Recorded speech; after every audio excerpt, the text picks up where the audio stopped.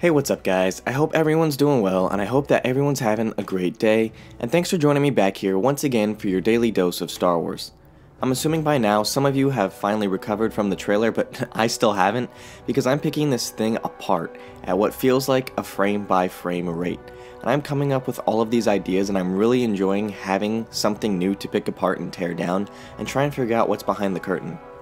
Some of you have been leaving comments about your ideas and thoughts on the trailer, and reading through them I saw some people share an idea that I thought was really fantastic.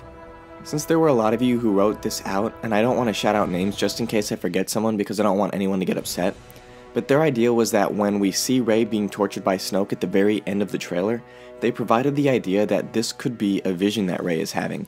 I really liked the idea, and so I tore the idea apart, took it to what I think is the next level, and have something really cool to share with you all. The whole trailer appears to be a misdirect.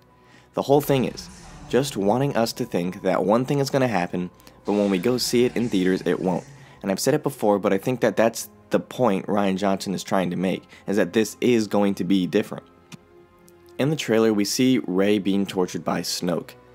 That was the point in the trailer where my jaw went from already being dropped to hitting the floor completely. That shot was amazing. This is the shot where it's theorized that Rey is having a vision. I agree with that. Here's what I think is happening. Going back to the whole trailer being a misdirect, I think that was very deliberate. I think that a good portion of the trailer that has Rey in it is actually from the scene that will be her vision scene. But it might not even be a vision. I think that what's happening here is very similar to what Yoda had Luke do on Dagobah in The Empire Strikes Back. Yoda had Luke go into the cave on Dagobah and he saw Darth Vader, and I think that Luke is going to have Rey do something very similar here in The Last Jedi. So whether that was a vision or not in The Empire Strikes Back, I think that's the same thing that's happening here. I think that the Force tree is where all of this starts. I think that Luke is going to show Rey the Force tree, and we see her walking to it in the trailer. Rey is going to go inside the Force tree to find all of this underground space. I'm not really sure how that's going to work in the movie in terms of how they end up with all of the space below the Force tree, but there's going to be a lot of space. Luke is going to explain to Rey what the Force tree is and where it came from.